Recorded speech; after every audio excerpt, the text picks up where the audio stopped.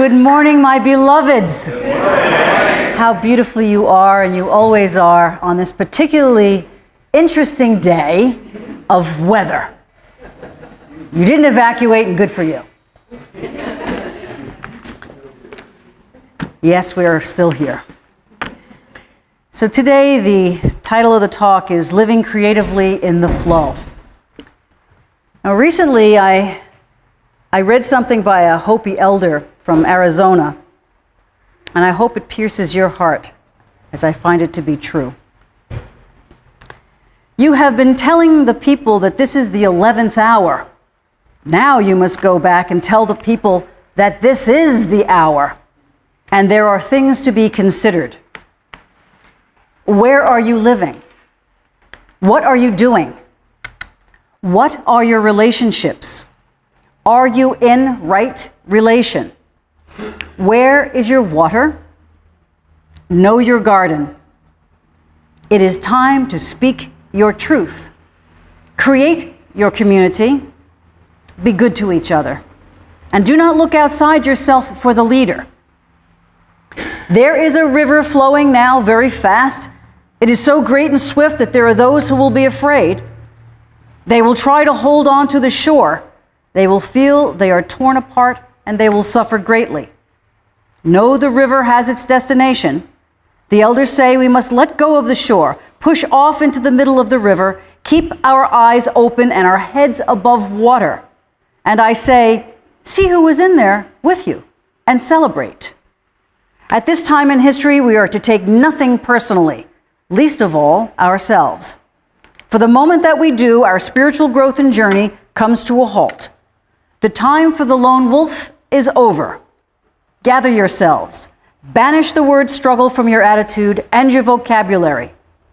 All that we do now must be done in a sacred manner and in celebration. We are the ones we've been waiting for. Wow, we are the ones we've been waiting for. Who do you look toward for leadership? Are you coming home to yourself? Because we are the ones who we've been waiting for. We are the selves who we search for and long for. We are the creation of God's blessing manifest here on earth. We need look no further. Only consider this. Where is your water? Watermill? The river is flowing fast. Are you in the flow? Are you creatively in the flow, or just following the current? Do you have a spiritual canoe to navigate the flow? Is the river rebirthing your soul? Are you experiencing the grist for the mill through watermill? Are you gestating in your soul's amniotic fluid? Are you in the creative rebirthing flow of your divine self? We know the most dangerous time in birth is right before the birth itself. Has your water broken? Are the masculine and feminine divine energies emerging in you? In us? Are we standing at the baptismal waters or fires that renew and nourish our souls? What river flows fast that you are floating? Or are you drowning in the sorrows of the universe as it heaves and churns through violence and crisis induced by injustice? Are you in the middle of the river or just coming to the shore? Whatever places you find yourself, join me now and commit to embracing our journey through the waters of life. Look around you now. Who will you engage with, and for what reason? What is your shore? Fear? Laziness? Taking things personally? Inattention? Are you beached or shipwrecked on these shallow shoals? Let go of the shoal or the shore. Know the creative flow. Be one with the flow. Never give up hope. Rumi said, where there is ruin, there is hope for a treasure.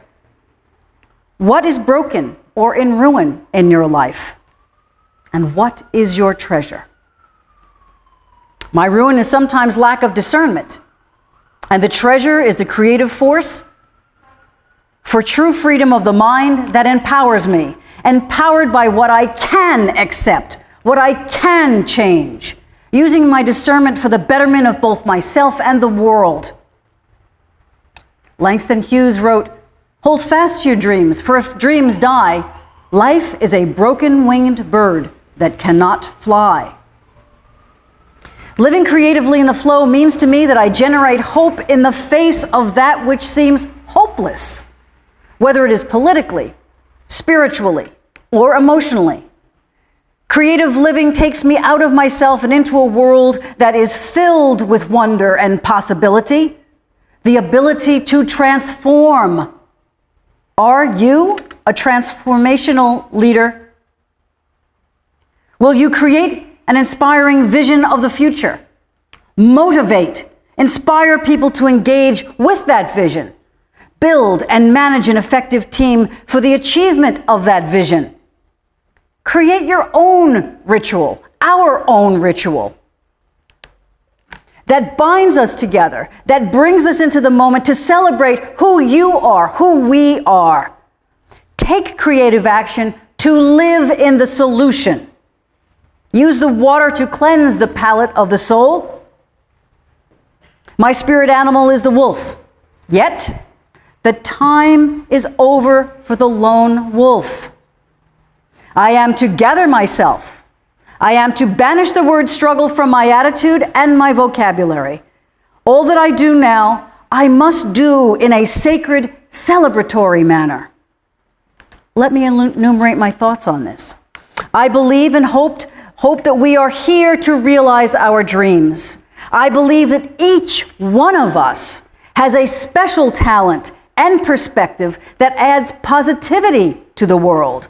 I believe we are here to be of greater service in the world about us, personally, locally, and globally, in whatever form that takes.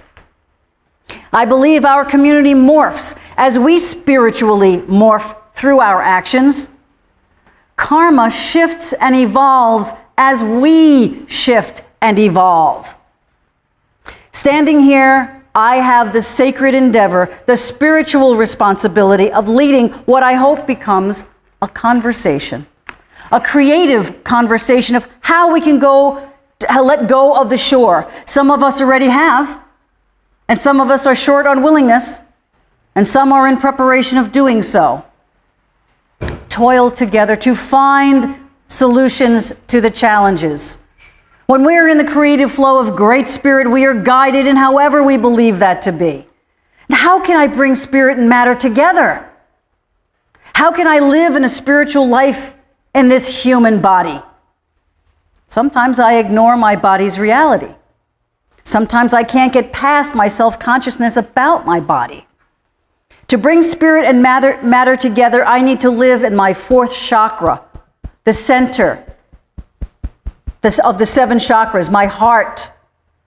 This is where spirit and matter comes together. This is the chakra that I have protected so much.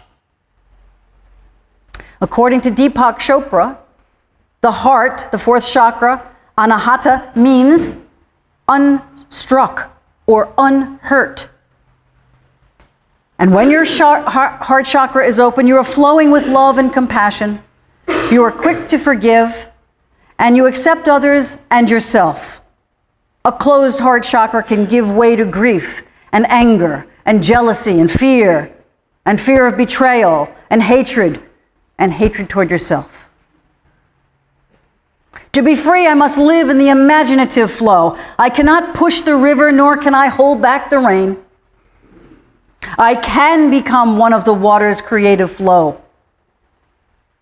And if there is demolition that may come from the flow, then I call upon Kali, the Hindu goddess who represents time, power, creation, preservation, and destruction. I call upon her to bring me to the fruition of the destruction, just as all things must die before regeneration may occur. And then there's technology. So much of our lives are wrapped up in cyberspace. We are separated from ourselves and from each other through that experience, and yet some of it brings us together, like Skype. There's a place for technology amidst spirituality. And as I have counseled many clients, set your phone 5 times a day, let's say 9, 12, 3, 6, and 9 p.m., to be reminded every time that alarm or alert goes off that Great Spirit is invited into whatever you are doing. Then return to what you're doing creatively and higher powered in the flow. Another way technology can support my creative flow is to use online adult coloring books. I like to color the geometric shapes of mandalas on my phone. I find it very relaxing. It's a meditation. I need my creative self to be expressed just as my techno self does. God provides a pathway, an expression for me, for my humanity to live expansively. To take my shoes off and feel the grass under my feet, the heat of the sun on my face, of course with SPF 50, the cleansing rain on my skin, to feel the flesh of another human being, to look into their eyes, and to use my intuition while I hold my iPhone. Live a life of both and. Right here, right now, in this moment. We are all on a spiritual journey.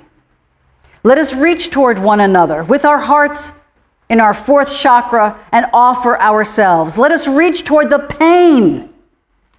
It is in that reaching that we find greater joy. Join together to find integration and comfort. Know that you are not alone. Let the strength of the divine beloved aid us to find our way through the inner imprisonment that binds us. Let us come together to grow our spirits and nurture our souls. This is the hour. And so I ask you to consider these questions. Are you spiritually awake at 10:45 a.m. on Sunday, Labor Day, day before Labor Day? Are you awake? Are you awake to your feelings and your process? Where is your ruin? And what is your treasure? What do you sow and harvest in your garden? Do you reap entrapment? Are you living an inner imprisonment? Or do you sow hope with action that yields something better? Do you speak your truth? Do you live from your heart? When you are faced with the challenges of life, work, family, relationships, illness, poverty, abundance, do you have full faith and hope in your spiritual foundation? And if not, what can you do about it? And for some of us, the challenges of handling abundance and success and stability and wealth and love, or changing our perspective on what we do or do not have, how do we heal from that? When you feel overwhelmed, do you pray? Do you talk to a friend? Do you embrace your spiritual practice? Do you thank God for your open heart and hopeful mind? Do you thank God for the challenges that bring you deeper into your faith and into yourself? Do you invite community into your life? How are you good to others? Know your garden. It is time to speak your truth. Create your community. Be good to each other. Take responsibility in all the ways that you can. And do not look outside yourself for the leader.